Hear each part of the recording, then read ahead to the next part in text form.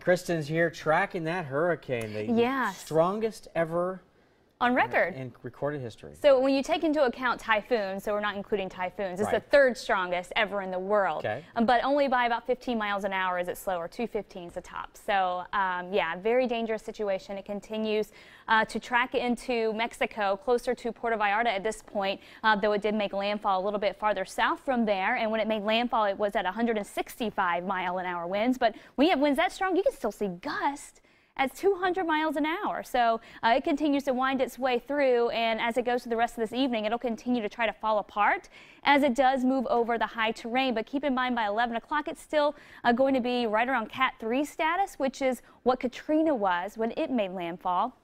And then by tomorrow, it does start to really fizzle out.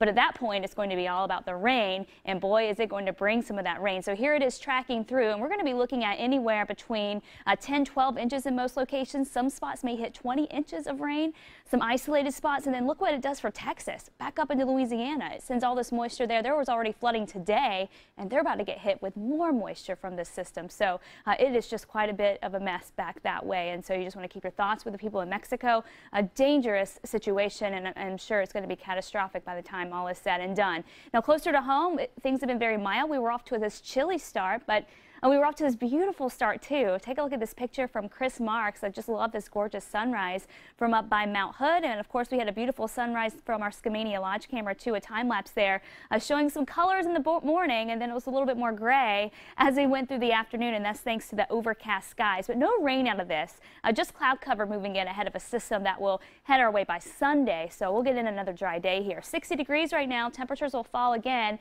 and it'll be a chilly night. Last night we got down to 42 in Portland. Some spots down into the 30s last night. So we'll be looking for another chilly one, but it shouldn't be as chilly as it was last night. If you have plans after the football game, temperatures will be in the low 50s, mainly cloudy, so keep the jackets handy. And then our lows tonight eventually down into the mid 40s for most of us in the valley, low 40s for Eugene, upper 40s for coastal areas, back to the 30s, and maybe some spots hitting the 20s again as you head east of the Cascade Mountains. In fact, look at where we dropped last night. This is where we started off this morning. Over in Burns at 12, it was only 25 in Bend, but thanks to the cloud cover that's moving through, temperatures should be a little bit better than that. Eugene got all the way down to 33 degrees last night in some areas, waking up to a little bit of frost this morning. But we will see milder nights ahead. So waking up tomorrow morning, we wake up to the clouds, and it'll be chilly in the morning. No rain to talk about, though. Then we go into the afternoon, and we actually start to see a little sunshine. So a pretty nice looking start to the weekend. Then we get to Sunday, and we start to see some of those showers move through, and they're going to be rolling through at different times during the day, mainly impacting the coast, but some of these showers moving through the valley. In fact, some of us, by the time Sunday is all said and done, may be able to pick up half an inch or more of rain, as some of these showers could come down a little bit heavier, and again, we could use it. Your forecast for Saturday then, mid to upper 60s along I-5 with more sunshine. Will warm things up a little bit more for tomorrow. Mid 60s for the coast, mostly cloudy there. Central and east, lots of sunshine and a beautiful day. Sunday, rain chances roll through from the coast to the valley, and maybe some spotty rain along the Cascades, but you get east of there and it stays fairly dry. By Monday, we're going to be talking some lingering rain chances from the Cascades west, but east it continues to be beautiful with plenty of sunshine, and then we gear up for more sunshine as we go into Tuesday. So your 7-day forecast for Portland as we head into the last week of October.